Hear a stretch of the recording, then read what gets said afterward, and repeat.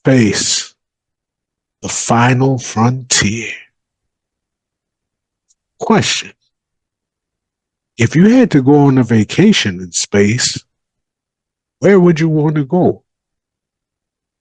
More importantly, what ship would you want to take you there? Hello, cats and kittens. Orewa Jose Yoroshiku. Back in the crisis corner, and today I have a top 10 list. My top 10 all-time favorite sci-fi spaceships. Now, this list, like all top 10 lists, is subjective. These are my favorites based on my sensibilities, what I played with as a kid, so forth. So if you have your favorites, hey, let me know. Put them in your top 10. Put them in the comment section. And also, to go along with this, in the description, I have the detail of videos with the detailed uh, history and breakdown of each of these conveyances for you to get a better acquainted with them. So look for that in the description section. Go through them as quickly as I can. I have 3 categories: the iconic, then I have the cool kids table, then I have the mega OGs. I mean, these are the ships that transcend their genres. They are just part of American culture in my mind. So that's the setup. You got the 3 sections, and let's get to it. Coming in at number 10, we have Star Wars, the Death Star, the Imperial Death Star. Now, this, you can argue whether it's a conveyance, but it's a ship. You could say it's a space station. Ultimately, it's a dumb idea. In my mind, it's a dumb idea, but it is iconic. And I should say the metrics I'm using for this list is lore, form, and function. The Death Star qualifies mainly on lore, in my opinion, because in terms of form, it's a sphere. You know, hey, form meaning it's aesthetics, doesn't really have much. And in terms of function, yeah, you could blow up Alderaan with it. That's true. The problem I got with the Death Star is if you take it out by whatever means, the cost is staggering. It's susceptible to a hit from a mega weapon, first of all. And its destruction should have bankrupted the Empire. You're talking about an enormous loss of manpower, hardware. The cost should have been astronomical. I won't even get into the second Death Star. That doesn't even make sense. They shouldn't have been able to build 2 of these things. Building basically a moon, a small moon out in space, carrying gazillion fighters and who knows how many people. So you don't really want to put all your eggs in that basket just in case it gets hit. I mean, like I say, yeah, you can take out Alderaan, but come on, man. When that Joker got took out, that should have been the end of the Empire. So, but mainly based on its iconic nature, I put the Death Star at number 10. Coming in at number 9, the Borg Cube from Star Trek. To me, this is a better attempt at a Death Star. It is a massive, a mega structure, but smaller, but it is extremely efficient. Not much on aesthetics. The Death Star was a sphere, Borg Cube is a cube. Okay, so they weren't thinking about form. But in terms of function, it is a killing machine. The shields are fantastic.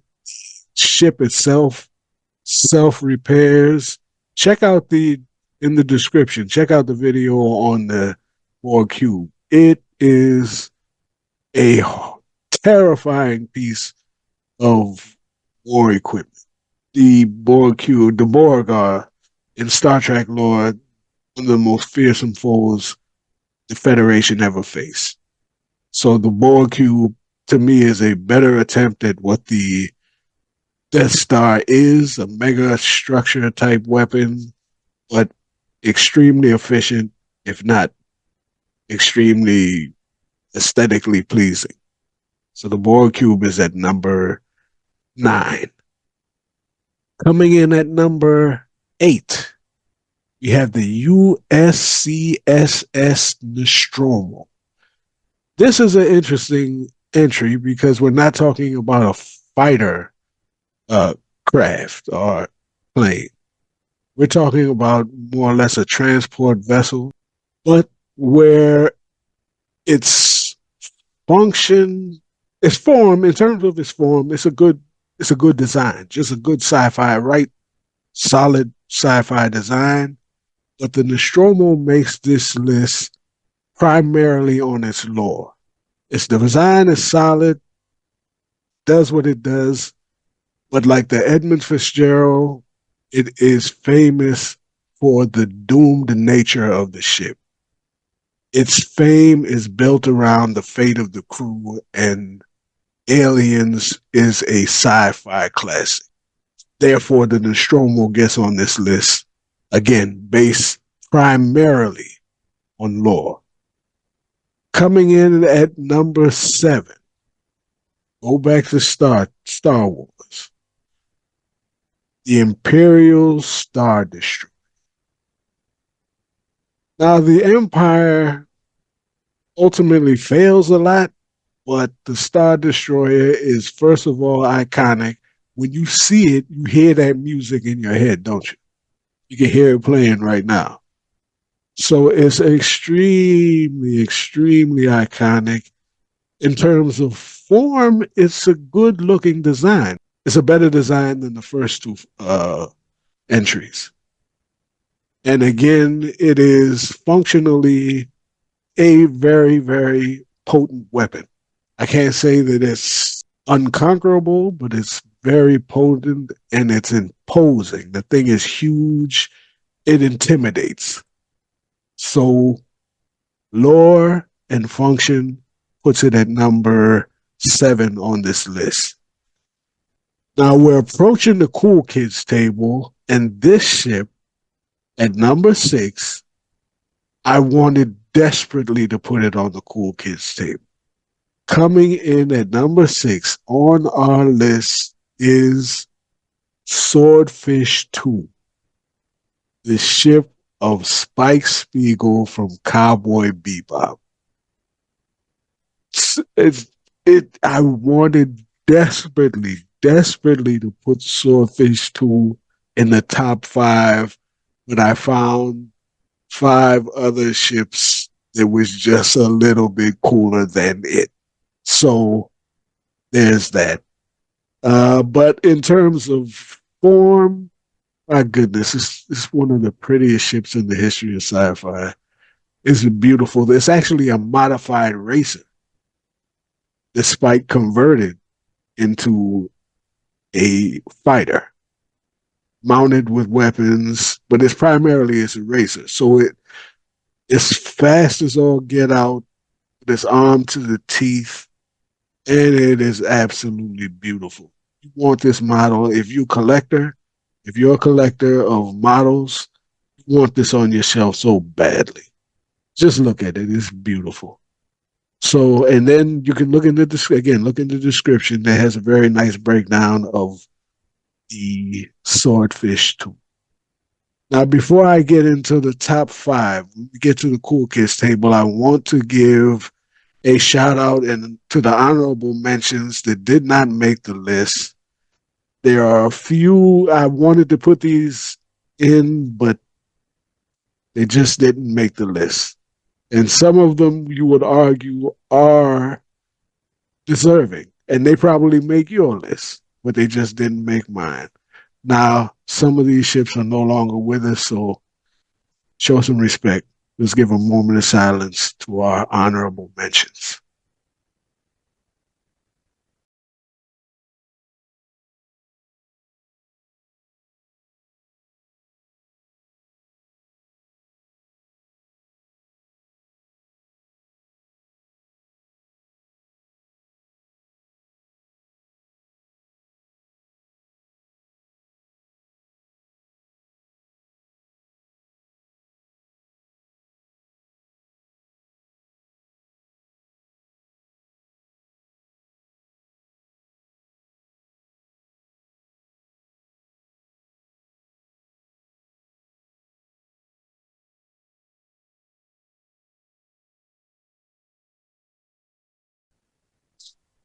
Much love.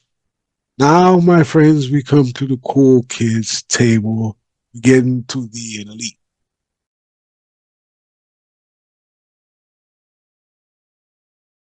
Starting off at number 5, the T-65 X-Wing fighter. This is the Corvette of space fighters. Classic. I mean, it's just ridiculously iconic and beautiful to look at. And X-Wings, they're very efficient. They're extremely capable in battle. We know with the X-Wing. I mean, the X-Wing speaks for itself. The top 5, I don't really have to build them up that much. We know what we're talking about. The X-Wing, like I say, it's the Corvette of sci-fi space fighters. Coming in at number 4, the Galactica. Uh, the Galactica is an awesome model to have. See, the top 5, all of these ships that kids was playing with back in the day. To this day, actually, people have models of these ships sitting somewhere in their man caves or lady caves or whatever. And Galactica definitely fits in that category. Getting to the Now we get to the top 3, and the top 3 I call the mega OGs.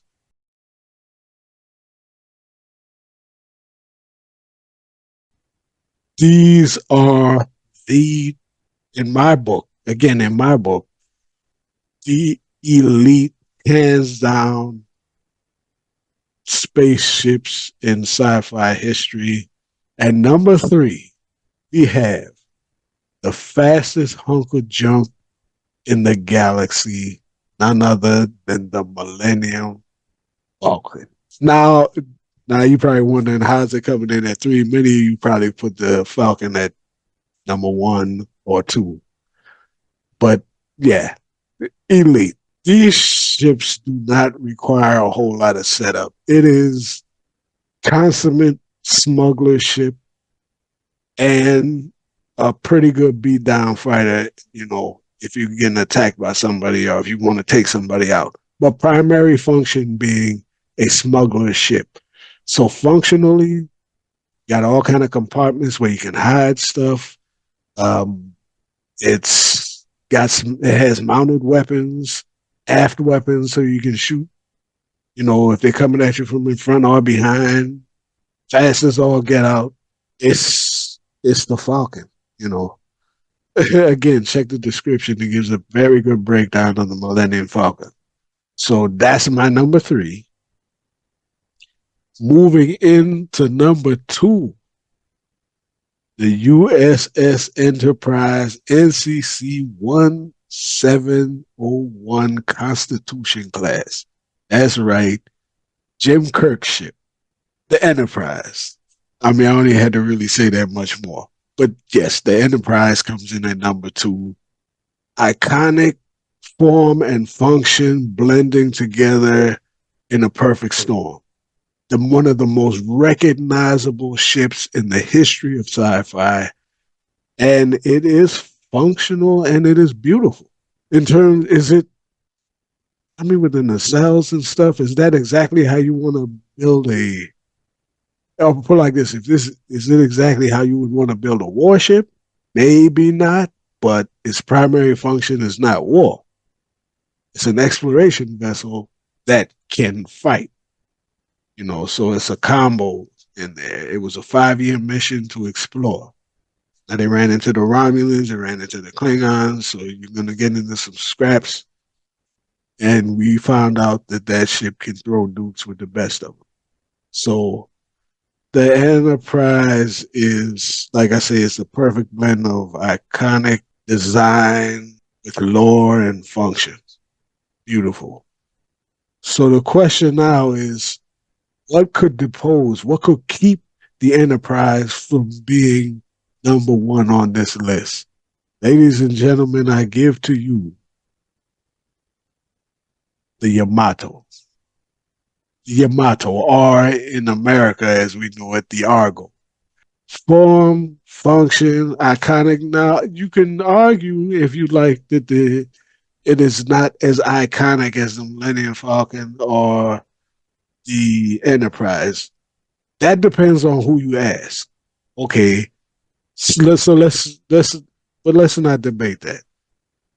Where it may lack in some people's minds an iconic nature, it more than makes up for in form and function. In terms of form, it's a modified battleship. I mean, it looks classic. It is a classic design based off of the Yamato, the actual World War II Yamato for Japan naval ship.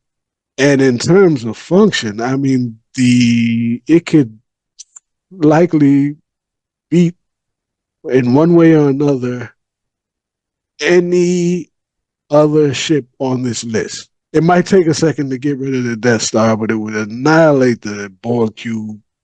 Probably with the wave motion gun, it would take out the Borg cube in one strike. Likely the Galactica, the Nostromo, all of those, and the other ships, Tiger Squad would take care of them. I mean, it is a beast. Like I say, check out the description. It is the king of kings in my mind in terms of space fighters, battleships, whatever you want to call it. So that's my top 10 list. That is what I consider to be the top 10 spaceships in sci-fi history. Please let me know your thoughts. Give me your list. On the merits. Just make your arguments and just have fun with this. I had fun putting this together. So thank you for watching this. Again, let me know what you think. Until next time, stay loose.